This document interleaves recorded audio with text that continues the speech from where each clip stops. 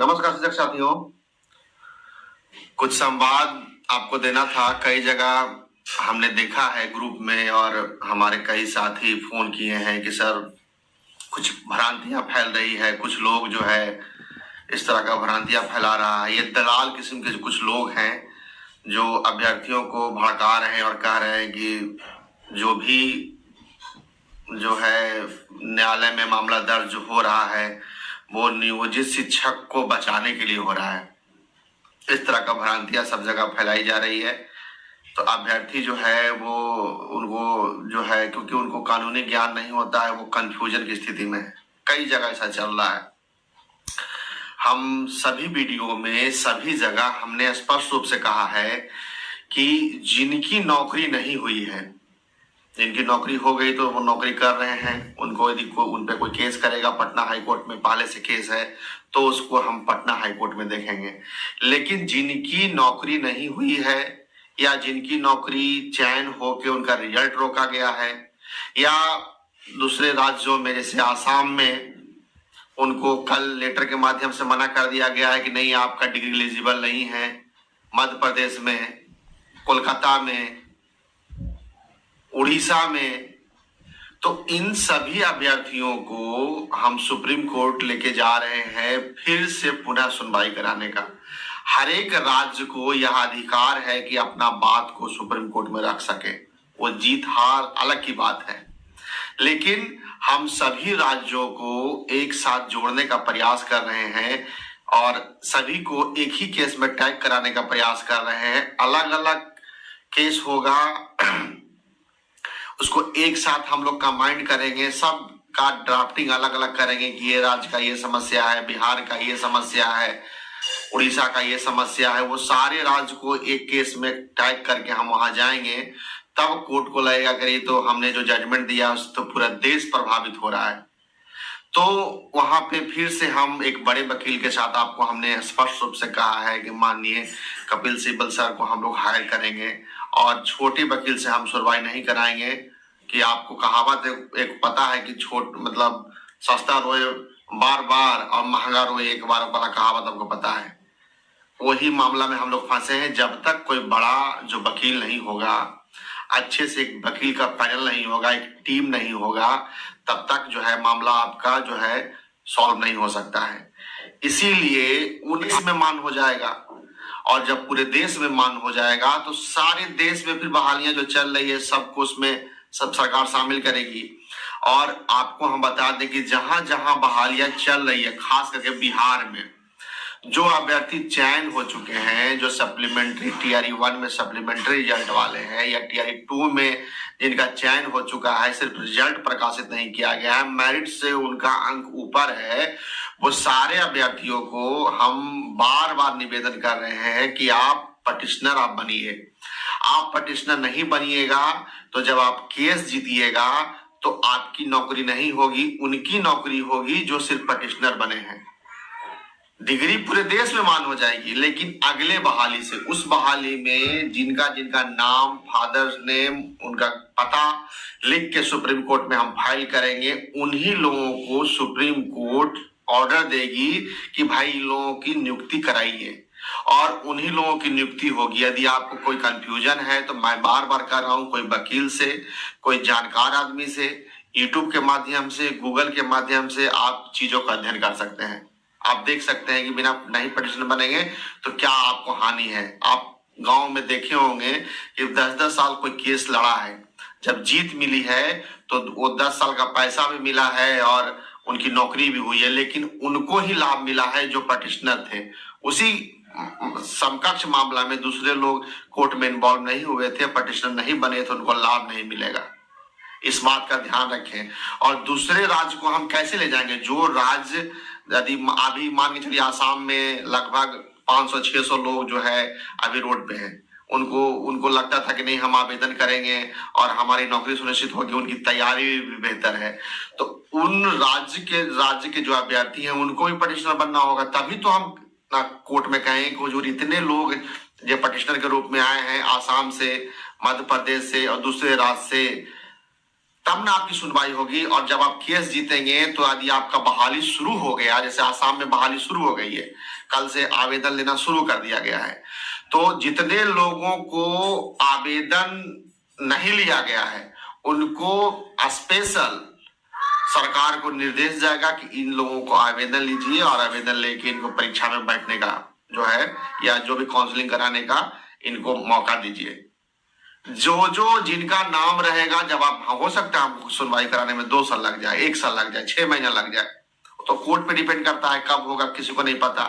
लेकिन जब भी न्याय मिलेगा तो उन सभी लोगों को न्याय मिलेगा जो उनका नाम उसमें अंकित है, जो पटिशनर बन के सुप्रीम कोर्ट में अपना नाम अंकित कराए हैं। अच्छा, जब तक आप पटिशनर नहीं बनेंगे तो कोर्ट फीस कैसे जनरेट होगा? क्योंकि हमें बहुत बड़ा अमाउंट एक हियरिंग का माननीय कपिल सिब्बल 20 लाख चार्ज करते हैं, तो हमने कहा है कि हमारे पास एक हियरिंग का ये पैसा हो जाएगा या 2 हियरिंग का ये पैसा हो जाएगा तो हम केस फाइल करके काम शुरू कर देंगे। तो जब तक आप जुड़ेंगे नहीं, जब तक कोर्ट फीस जनरेट नहीं होगा, ये तो एक अलग सिक्का का अलग पहलू है। दूसरा पहलू है कि जब तक आप डायरेक्टली नहीं जुड़ेंगे तो आपको लाभ कैसे मिलेगा? और अभ्यर्थियों को भड़काया जा रहा है कि सर नियोजित शिक्षक लोग सिर्फ अपने लिए, हम सुप्रीम कोर्ट नियोजित शिक्षक थोड़ी जा रहा है, सुप्रीम कोर्ट तो आपको हम लेके जा रहे हैं, इसलिए लेके जा रहे हैं कि भैया आपकी डिग्री मानो, आपको वंचित किया गया, सिर्फ आपको वहां पे अपील करा रहे हैं, आपको वहां पे प्रेजेंट करा रहे हैं कि साहब इनकी जो है नियुक्ति रोकी गई है, ये चयन हो चुके हैं, इनकी ये डिग्री एलिजिबल है, इसको फिर से एक बार देखा जाए। सर जिस समय हम सुनवाई कराए तो उसमें कुछ बातें कहना छूट गया था, कुछ चूक हो गई थी, हम नया बात जो कहना चाहते हैं, इसमें हमारी कोई गलती नहीं है। जो भी गलती है वो एनसीटी की गलती है, जो भी गलती है एनआईओसी गलती है, एमएचआरडी गलती है। हमको तो बताया गया था कि डिप्लोमा 2 साल का है बोल के हमको कराया गया था। आज जब हम डिप्लोमा कर लिए हैं, और एक तो हमको 18 महीने में परीक्षा ले लिया गया, जब डिप्लोमा हम कर लिए हैं तब कहा जा रहा है कि 1 टाइम यूज सर्टिफिकेट है आपका। इसमें हमको पहले क्यों नहीं बताया गया? हम ऐसा देश में कोई आज तक डिग्री हुआ है क्या कि 1 टाइम यूज के लिए डिग्री कराया गया हो?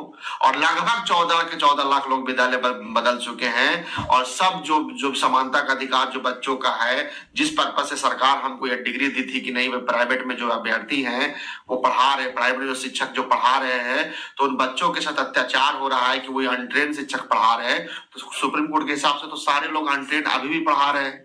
तो आप इसमें कुछ कीजिए, सरकार कुछ करे, कुछ कमियां है तो उसको दूर करे, या माननीय कोर्ट इन मामलों को दोबारा पुनः सुने, पूरा फुल सुनवाई करें। और हम हमेशा प्रयास कर रहे हैं कि बड़े वकील के साथ जाएंगे तो बेंच दूसरा हो सकता है कि 2 बेंच की जगह पे 3 जजों का बेंच हो, इस पे हम लोग प्रयास कर रहे हैं। और सिर्फ उन अभ्यर्थियों को लेके जा रहे हैं जिनकी नौकरी होने वाली है और राज्य जो है, सरकारें जो है उनको रोक दी है। इस बात का ध्यान रखिए, कोई भी भ्रम में आप नहीं रहें। स्पष्ट रूप से हम आपको बताना चाहते हैं कि महंगा वकील रखेंगे तो भैया कोर्ट फीस देना होगा। यदि आप भारत देश में रह रहे हैं और न्याय इतना सस्ता होता तो सबको न्याय मिल गया होता, आपके साथ इंसाफ नहीं होता।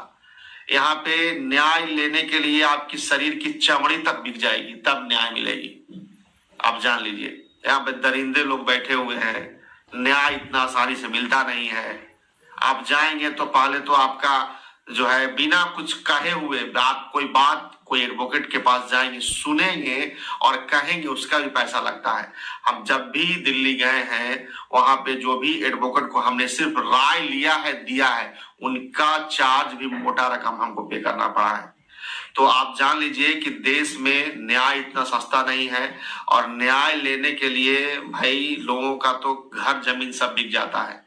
तो आपको एक बार तो कमर मजबूत करना होगा। आपने देख लिया कि यदि सुप्रीम कोर्ट में हम जाते हैं और बेहतर तरीके से वकील नहीं रखते हैं तो हमारा क्या हाल होता है। आपको कच्चा चिवा आ जाएगा। यहाँ पे न्याय व्यवस्था ऐसा है, आपकी डिग्री को तो लोग खा गया। तो इसीलिए सभी साथियों से निवेदन है कि आप लोग आर्थिक जैसे हो भैया कर्ज लेके कीजिए, जैसे कीजिए, कोर्ट फीस जमा कीजिए, पटिशनर बनिए, सारा डॉक्यूमेंट आके गांधी मैदान में अगला संडे को फिर से हम लोग मीटिंग रखे हैं। क्योंकि पिछला जो संडे था उसमें अभ्यर्थी की संख्या काफी कम थी, अभ्यर्थी आए नहीं थे, कंफ्यूजन की स्थिति थी, ठंड थी, वो अलग बात है। लेकिन जो परिस्थिति अभी है, ठंड हो, आंधी हो, तूफान हो, वर्षा हो, आपकी एक नौकरी हो जाएगी तो 60 साल तक आपका जीवन सुनहरा हो जाएगा। उन अभ्यर्थियों को जीवन सुनहरा हो जाएगा जो आगे आने वाला समय में सीटेट और तमाम तरह का चीज के लिए इंतजार कर रहे हैं कि नहीं हम तो अच्छा। कई अभ्यर्थियों का कहना है कि सर क्या हम नया डिग्री ले लें क्या? आपको हम बता देते हैं कि बिहार में अभी अगस्त तक बहाली आएगी। आप नया डिग्री लेने जाएंगे तो आपकी पता ना क्या उम्र है, यदि 30 साल, 32 साल, 33 साल उम्र है तो 2-3 साल आपको सर्टिफिकेट लेने में लग जाएगा। उसके बाद अगले 5 साल तक कोई बहाली नहीं होगी। और बिहार सरकार में सिर्फ 3 अटेम्प्ट ही देना है, आपको पता होना चाहिए। तो अब डिग्री आप लेंगे तो उस डिग्री का भी कोई मोल नहीं रहेगा।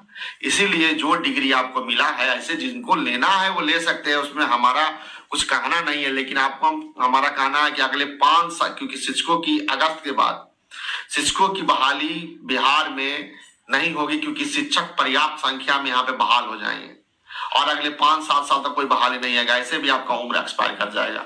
तो आप जिस दलदल में फंसे हैं, उस दलदल में फंसने के बाद आपके पास एक ही विकल्प है कि जो डिग्री आपको मिली है उनको उसको मान कराएं। अच्छा, ये मान होना है, आज हो, कल हो, 10 दिन में हो, 50 दिन में हो, 1 साल में हो, 2 साल में हो, मान होना है।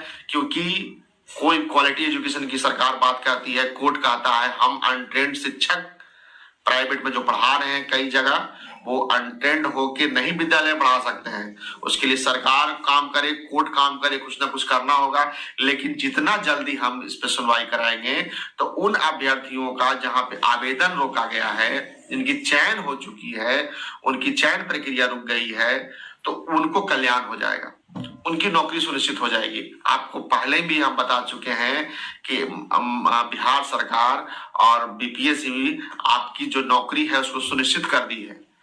आप भाग्यशाली हैं कि बिहार में अधिकारी बेहतर हैं। आपकी परीक्षा कंडक्ट करा ली, तो परीक्षा ही नहीं आपको दिया जाता, दूसरे राज्यों में परीक्षा दिया ही नहीं जा रहा है। तो परीक्षा जब आप दे दिए हैं तो एक कदम तो आप आगे बढ़ गए हैं कि एलिजिबल होने के लिए। सिर्फ आपकी जो है मेरिट में आप हैं और आपका जो है परीक्षा फल रोका गया है। तो जैसे ही आपका कोर्ट का न्याय आएगा तो जितने भी लोग मेरिट में होंगे सारे लोगों की नियुक्ति हो जाएगी। कम से कम आप तो रेस में शामिल हो गए हैं ना, रेस में तो आप हैं।